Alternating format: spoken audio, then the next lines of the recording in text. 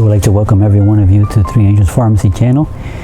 We're going to begin a series of episodes entitled Agricultural Nuggets, where we're going to be teaching small lessons, quick nuggets, or small lessons of agriculture. Today's class, in episode 1, we're going to learn a little bit about weeds. I call them the messengers of God.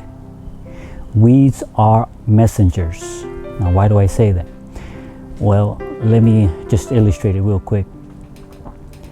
Back in ancient Israel's time, the Lord would send messengers, prophets, to his people, Israel, to call them back from their wicked ways, call them back to repentance. But what did ancient Israel do? You got it right. They would persecute them. They will kill the messengers of God. And in a sense, we are also killing the messengers that God, through his second book, nature, is showing us, or sending to us rather. How are we doing that, you're asking? How are we killing the messengers? Well, weeds tell us what is wrong with the soil. Weeds tell us the deficiency or the problem of the soil. And I'll give you an example here. Here we have a weed, what we normally call weed, because weeds grow where we typically don't want them to grow, like in our gardens, for example. Here we have a weed called dandelion.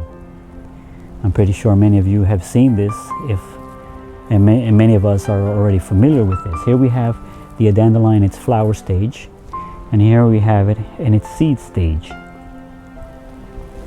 Now, why do we call weeds messengers? Well, let me start off with the dandelion here. First of all, dandelions have long taproots that go way down to the bottom of the ground. Let's talk about a mineral called calcium. Dandelions love calcium. And so what they do is they send out that long taproot to the bottom, and since calcium is heavy, they will drop down to the bottom where the calcium is at, and they will bring it back up and feed not only the plant but also the surrounding area where the weed is at. In other words, what it's trying to do is reestablish the deficiency, reestablish what is lost, in this case calcium. So by reintroducing calcium to the soil, this plant is telling us, when we see it in the garden, that we have a calcium deficiency in our soil. Here we have another weed called red dead nettle, which is prolific here in the southeast. This messenger right here is telling us that there's poor decay matter, that there's rotting rhizomes, and as a result, there's an anaerobic condition in our soil. So this messenger right here is telling us a lot when we see him or it in the garden growing.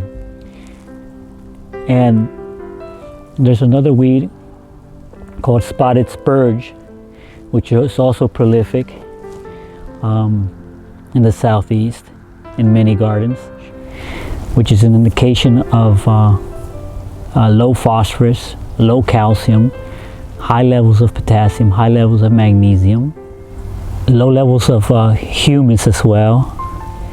And this condition leads to poor soil structure and anaerobic conditions as well in the soil. These messengers are telling us that there is something wrong with the ground. And this is why we must pay attention and study the second book of nature. Let's learn from God's second book, and let's learn from these lessons.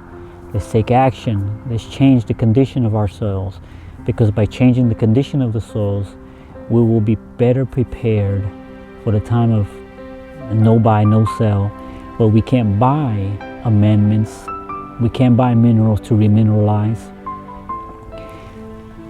our soil so that we can be ready to have healthy food for that time. And speaking of remineralizing, that's the key, that's the answer to many of the weed problems we have in our soils. It's not more organic matter. It's not adding more compost, which unfortunately many people have a tendency to do. Compost has its place. Compost is good. I'm not saying it is bad, but it is not the answer. Our soils are lacking nutrition, are lacking minerals. So the best way to fix the problems, according to what the messengers are telling us, is to remineralize the soil. And we'll be talking about that in another episode, how to remineralize the soil. But before I do, I want to ask you a question. I want you to think about this and maybe leave down in the comment section your answer. The question is, what is the first step you take or you must take before beginning your garden? Let me repeat that again. What is the first step you take when you are about to begin a garden? Let me know in the comment section and we'll talk about that answer in another episode. Until then, God bless you, God teach you, and you be a willing student. Maranatha.